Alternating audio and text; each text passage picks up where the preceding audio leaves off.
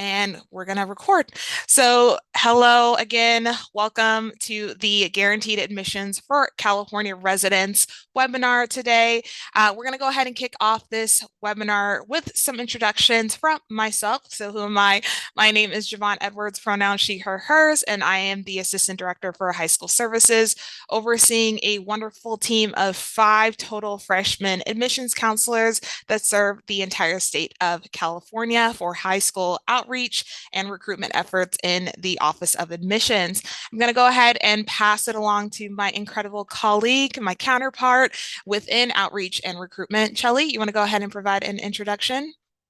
Hi, everyone. Good morning. My name is Chelly Gonzalez. I'm the Assistant Director overseeing transfer services. So I oversee a team of 3 admission counselors, and we work primarily with California community colleges, supporting students that want to transfer to UCSB, as well as students from any institution that also are seeking transfer to UC Santa Barbara. Thank you and welcome thank you for being here.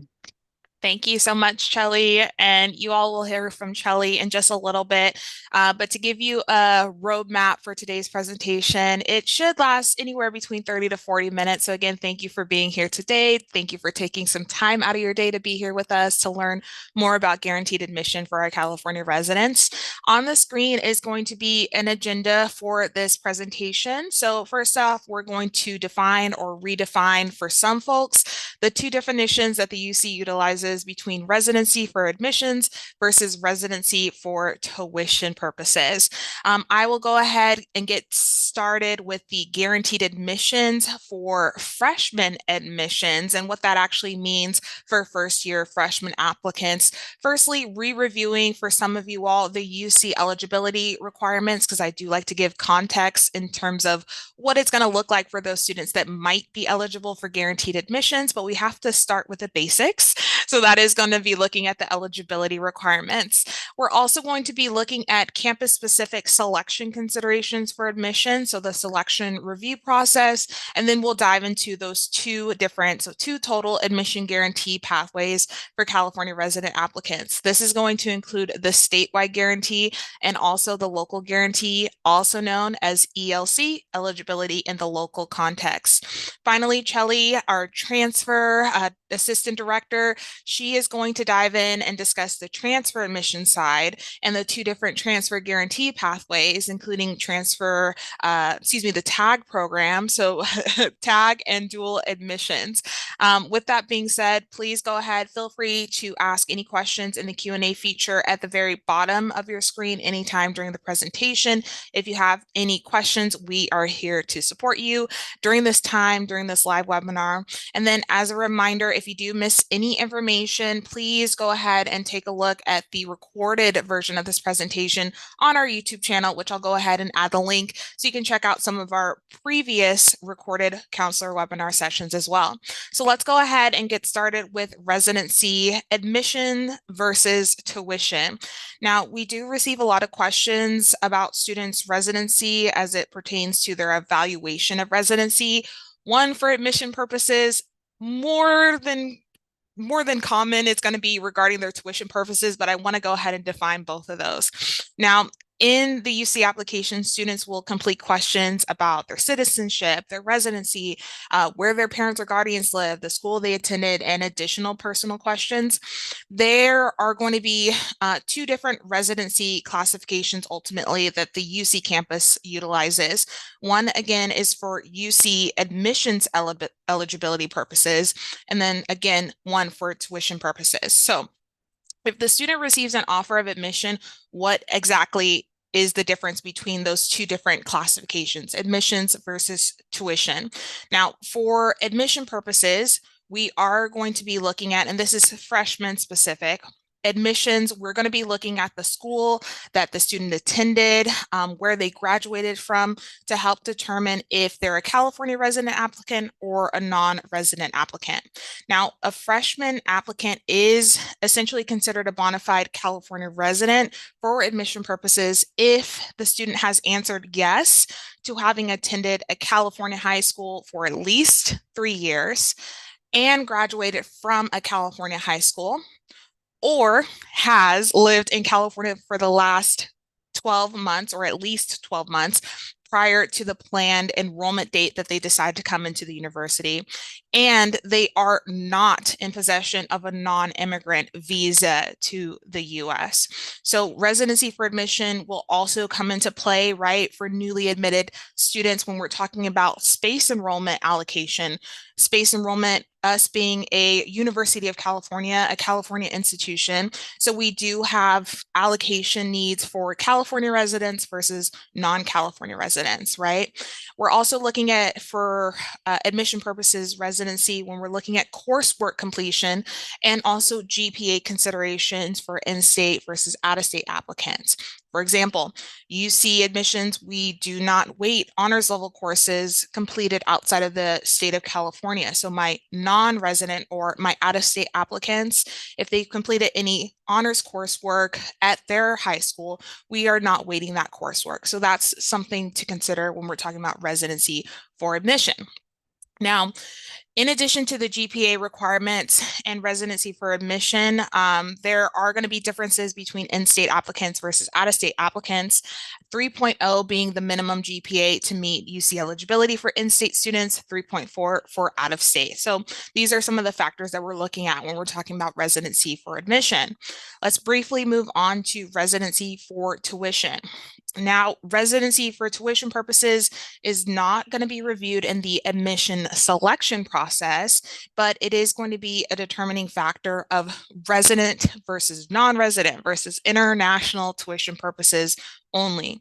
Now, within the UC application, there is going to be a question that asks, would you like to be evaluated for California residency for tuition purposes?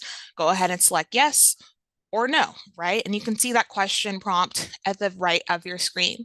Now, if your student selects no because they know for a fact they are a Florida resident, for example, then their residency will be defaulted to non-resident status for tuition purposes. If they marked yes, they want to be considered for California residency, the questions that are also imaged on the screen will prompt applicants to complete the UC Statement of Legal Residence or SLR questionnaire. Now, after admission decisions are posted and students have been admitted to the university, they will receive their residency for tuition classification. And each campus has their own residency for tuition determination process, right? Every single campus is different. But for UC Santa Barbara, for context, the admissions office, our office does not determine residency for tuition purposes. Actually, our office of the registrar at UCSB will make that determination. So decisions ultimately are based on students' responses to the UC application SLR questions, and then they may request additional documentation. So that's the residency deputy at our campus might ask the students for more information if their residency status cannot be determined based on their responses to those prompts in the UC application. All right, so we've gone through residency, different classifications, residency for admission, residency versus tuition. For this entire webinar, we're really going to be focusing on residency for admission purposes because that will then lead us and guide us to what it means to be a California applicant, what it means to be a California resident, especially when we're talking about those guarantees. So let's now dive into UC freshman admissions and let's look at the eligibility, the selection, and followed by the guaranteed admission for our freshman applicants. So many of you all in the webinar today, you know this information, you've heard it again and again, but I do like to start again from start doing in sequence what we need to know that will lead up to our definitions for guaranteed admission. So let's go ahead and do a brief review of UC freshman admission and discuss eligibility requirements, selection considerations that maybe a campus might utilize in their admission decision process. Now, hopefully, reviewing the eligibility and selection considerations, this again will provide further context into the guaranteed pathways for freshman applicants. Now, to meet the minimum UC eligibility requirements, again, minimum, we are looking at two factors to determine if applicants meet the baseline requirements for UC. The first factor is the successful completion of the A through G courses.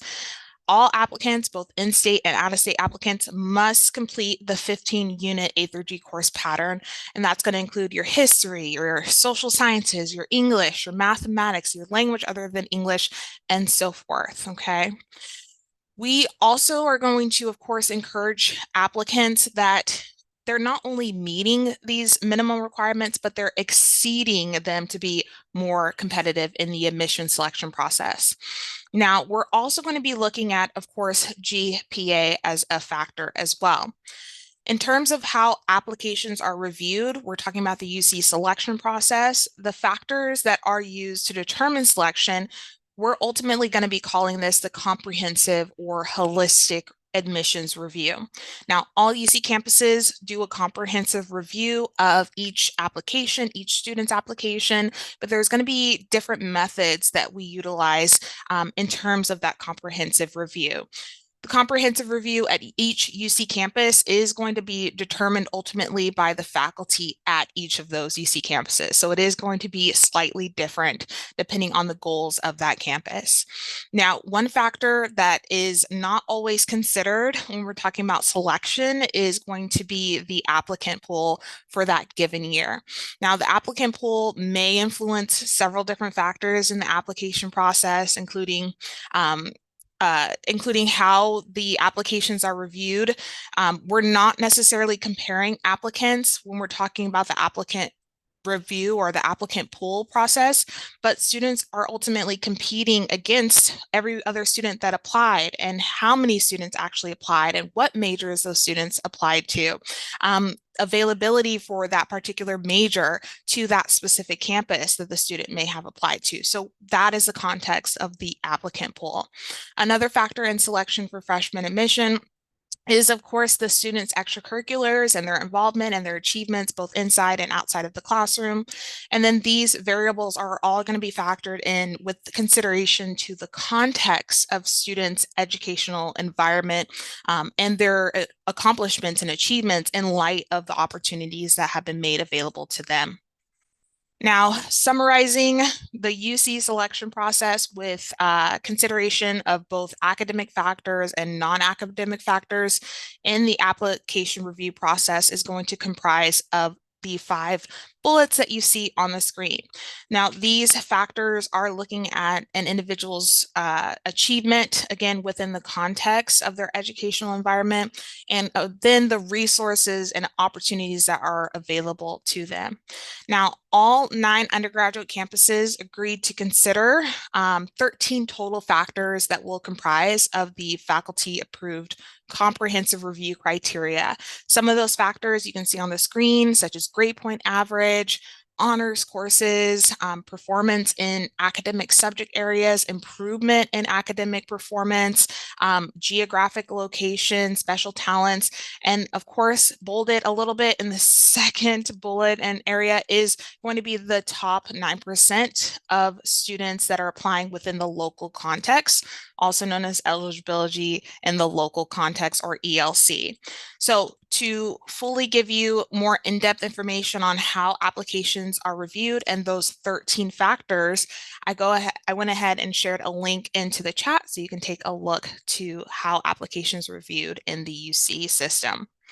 So now that we know that eligibility in the local context is one of those factors, one of those 13 comprehensive factors, I want to rewind and look at the first guaranteed factor that we're going to talk about, the guaranteed admission at the statewide level.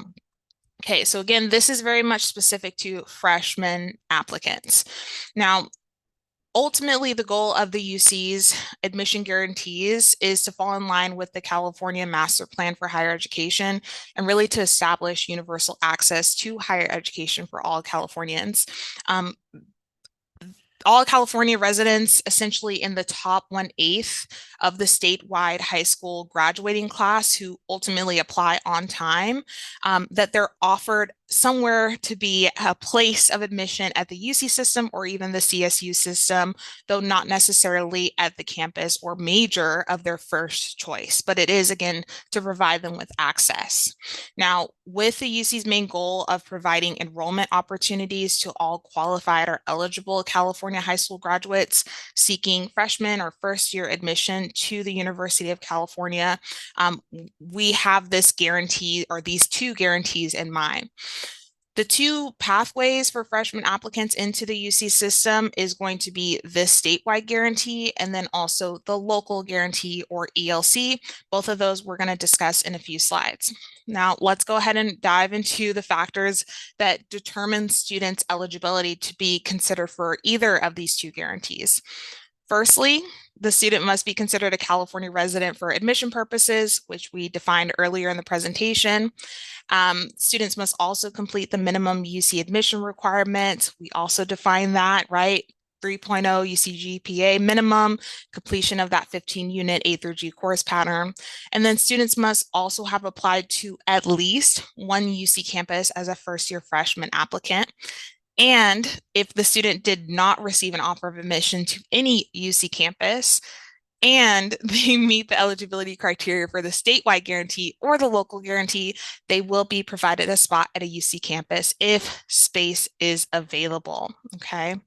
Now, it is important to note that if they meet the statewide or local guarantee, they do not actually select which UC campus they would like to attend or prefer to attend. They will be referred to a UC campus that has space availability, and that has historically been UC Merced. So the statewide guarantee, this is going to be the first guarantee that we're going to look at for freshman applicants. This is looking at the state level, so the entire state of California. Instead of looking at the local level that ELC examines students, we will discuss that in just a little bit. This is going to be the entire state of California. So at the statewide level, UC is going to identify California resident students in the top 9% of California high school graduates and offers these students a guaranteed space at a UC campus, again, if space is available. In the context, ultimately, of using historical data to determine the count of A through G courses a student has completed or plans to complete, and it's going to be looking at that in relation to the UC GPA, we are then able to determine if the student ranks in the top 9% of students in California high schools. Now, this calculation is called the statewide index, and it will identify those top 9% of students. Now, the statewide index can be imaged on the right of the screen for your reference, and we also have a lovely website through the University of California admissions page that will also provide this information, and I'll share that link in just a little bit. Now, the statewide index will consider a student's UC GPA and their A through G semester course totals completed between 9th and 11th grade and in progress in planned A through G courses in 12th grade. So as a reminder, UC GPA is going to be calculated using students' A through G courses completed between the summer after 9th grade through the summer after 11th grade. Students will receive an additional 1 point earned for each semester of UC approved honors coursework. That is going to include AB courses, IB courses, UC honors courses, and their college level coursework with a maximum of 4 points that can be added in 10th grade and a maximum of 8 points between 10th and 11th grade.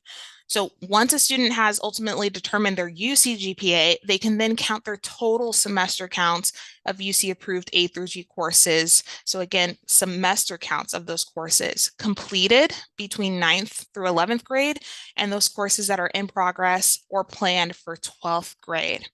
Now, once they have, again, their UC GPA calculation and they've taken a look at the semester counts or counted those semester A through G courses, they will now be able to utilize the index that you see on the screen to determine if they fall into the top 9% of California applicants. And that is going to be the statewide guarantee.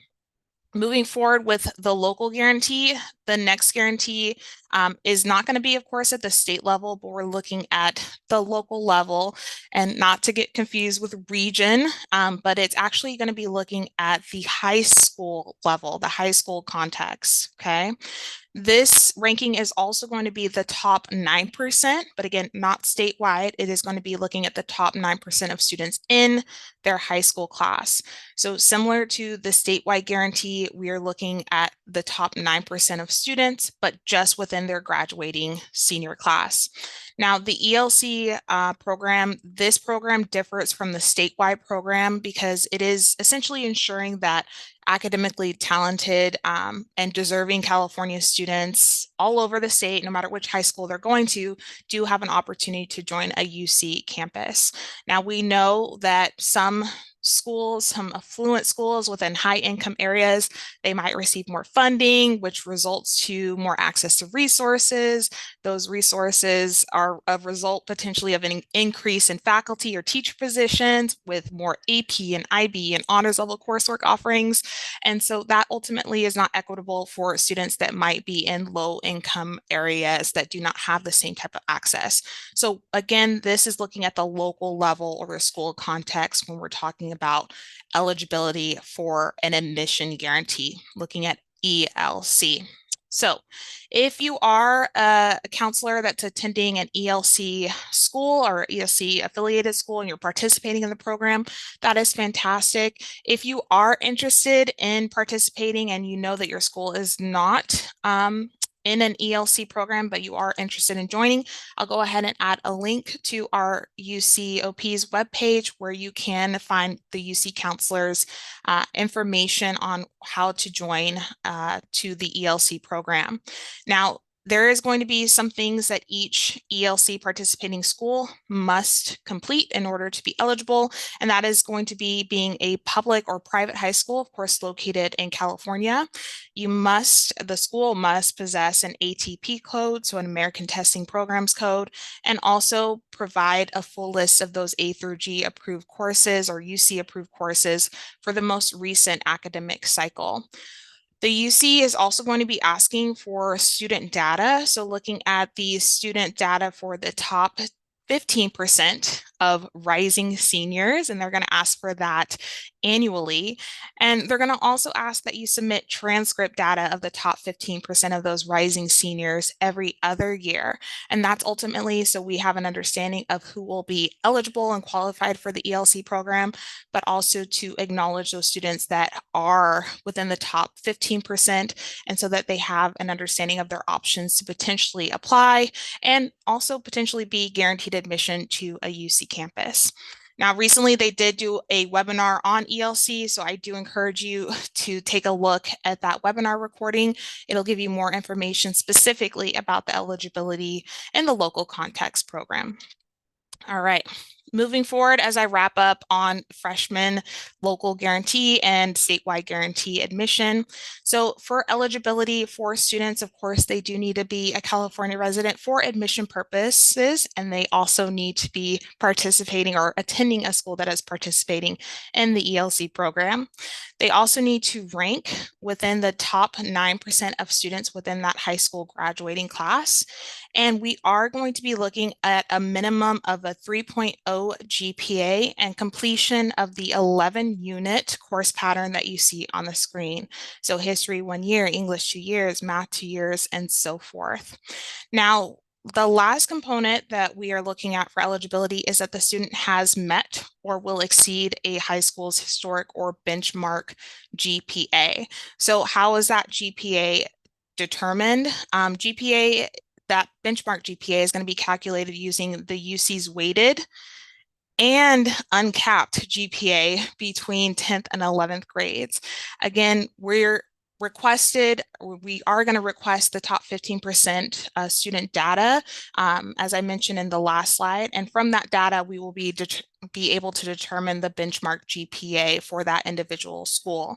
That GPA calculation, again, is going to be only looking at the UC weighted and uncapped GPA between 10th and 11th grades. And this is going to be different from the typical UC GPA where that maximum has an 8 semester cap. Now, each school's benchmark GPA might be different. Some schools' benchmark GPA has a 9% cutoff of a 4.0, and some others' benchmark GPA might have a 3.8 cutoff. So again, it's going to vary from school to school. Lastly, in order for students to view their statewide and/or ELC status, they are going to be able to view that status in the UC application by simply submitting their UC application again to at least one institution. And from there, they will be able to relatively quickly, reopen that application and click on view how your application is reviewed, and they will be notified of their statewide or ELC designation on their UC application. All right, I'm going to go ahead and pass the baton over to my counterpart, Chelly Gonzalez, Assistant Director for Transfer Services. Great, thank you, Javon. Awesome. So now I'm going to share some information about UCSB, our transfer admission and selection, and also our transfer admission guarantee. So we can move on to the next slide. So in terms of what makes students eligible for transfer admissions, students must complete a 7-course pattern. So this includes 2 English courses, 1 transferable level math, and at least 4 courses from at least 2 of the following areas. So arts and humanities, social and behavioral science, physical and biological sciences, also known as the 7-course pattern. In addition to that, students must have at least a 2.4 GPA for California residents or a 2.8 GPA for non-residents in those UC transferable courses. And again, this is a minimum just to be eligible to transfer. Students must also complete at least 60 UC transferable units. And so the students must have at least those units, and those units will come from the 7-course pattern, from major prep, in addition to other courses. Students are able to take at least 14 semester units, pass, no pass, with the exception of those pandemic terms. For selection, for UCSB, we only admit at junior level standing. So what the criteria for junior level are all the indicators showed in the previous screen. Students have until the end of the spring term to complete those requirements, as well as any required major prep for their major if they're applying to one of our selective majors. And students apply 1 year in advance. So for UCSB transfer, we only admit for the full term. And so students must really be planning ahead in terms of completing their coursework. For major preparation, major is very important when it comes to transfer admission. So there are certain majors at UCSB that are selective. For us, that means that there's certain courses that are required in order to be admitted to that major. And there's also a GPA requirement within the completion of those courses. So students must complete the required major prep, and they must earn a certain grade and have a certain GPA in order to be considered for admissions to that major if the major is selective. If the major is not selective, there's still courses that are recommended. So the students will not be denied if they're missing any of the recommended coursework, but of course we encourage students to complete as much recommended courses as possible. This will only help the student once they transfer and arrive on our campus to make that progression within the major for fulfilling those major requirements and also make good progression towards graduation. So in terms of TAG, so TAG is one of the great benefits of being a transfer student and taking the transfer route to the University of California. There are 6 campuses that participate in TAG. So TAG is offered at UC Davis, Irvine, Merced, Riverside, Santa Cruz, and of course, UC Santa Barbara. There is no, it's not binding, right? And students are able to apply to the UCs, obviously without a tag, so it's not a requirement. but we highly, highly encourage students to pursue tag, and if they're eligible for the tag, to do a tag to one of the campuses and just have that guaranteed.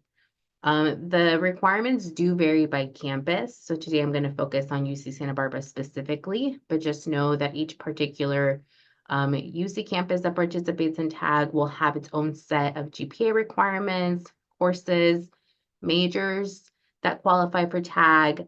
So please refer to each particular campus for additional tag information. In terms of tag at UCSB, so tag is available for any of our majors within the College of Letters and Science, with the exception of those performance-based majors. So we cannot guarantee that the student will pass their dance audition. So unfortunately, it's not available for dance, music, theater. However, it's available for any of the other majors within College of Letters and Science. If their major is selective, they will need to fulfill those required courses for that major. Tag is not available for any of our majors within our College of Engineering. That includes computer science. And it's also not available for any of the majors within creative studies. So there are some limitations. In terms of tag and what students must complete at the community college to be tag eligible, students must complete at least 30 of the UC transferable units by the end of summer 2024. So they must have at least 30 units by the time they're submitting their tag. Those at least 30 of their units also must be completed at a California community college. So really important. And the students submit their tag application via the UC Transfer Admission Planner in September. So the filing period for tag is September 1st through September 30th. And students must identify one major at one campus that they're tagging into. In addition to the tag application, the student must also still submit a UC application. And the filing period for that is October 1st through November 30th. Really important that the tag major also matches the first choice major on the UC application. So students are able to list an alternate major, and that's fine. We encourage students to do that. But in order for tag to be valid, tag major and first choice major on the UC application must match. Additional requirements is that the student must have at least one of those UC English transferable courses and also the UC Math transferable course by the end of the fall term in which they're applying. So those must be completed, and student must also be on track for completing all requirements for admission by the end of that spring. The other big component and element for UCSB is that they must have a 3.4 transferable GPA by the end of the fall term in which they're applying. For this upcoming cycle, that will be the end of the fall 2024 term. If the student is doing a tag to one of our selective majors, then the student must also meet major prep requirements for that particular major. So again, that can either be particular courses that must be completed and also completing those courses with the specific GPA or grade. And as mentioned, they must just meet the general education requirements by the end of that spring. So if the student fulfills all the requirements, and there's additional details and fine print on our website and on our tag handout. But if the student completes all these requirements, then the student will have a guaranteed admission. The other thing to note is that UCSB does not do early evaluation of tag applicants. We don't notify students early on if they were admitted through tag. So students that submitted a tag and applied to UCSB will be notified of their admission when all students get notified of their transfer admissions, but usually happens in mid-April. So no early notification for tag, but the students can be assured that if they submitted a tag and they met the criteria and completed all the requirements, that they will have a guaranteed admission. If the student submitted a tag And for some reason, let's say they don't quite reach the 3.4 GPA or, don't fulfill all the eligibility requirements, it's okay. They will still be reviewed for our general admissions process anyway. So even though they may not be admitted through TAG, they can certainly still be admitted to the university through our general admission process as well.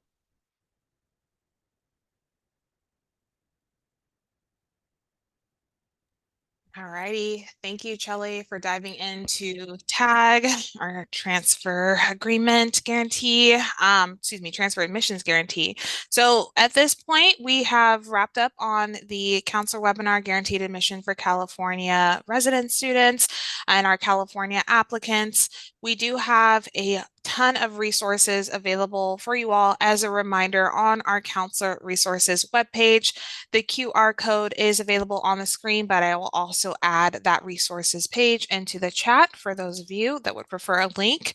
We do have some upcoming webinars happening, so I do recommend that you register for those upcoming webinars to RSVP, and you'll also receive reminders when those webinars will begin in a few days. I hope that you have enjoyed this presentation, and at this point, we will open it up for Q&A. It does look like we have a question currently, so I'm going to go ahead and dive right into our Q&A, but if there are any additional questions, please feel free to use that Q&A prompt at the very bottom of your screen.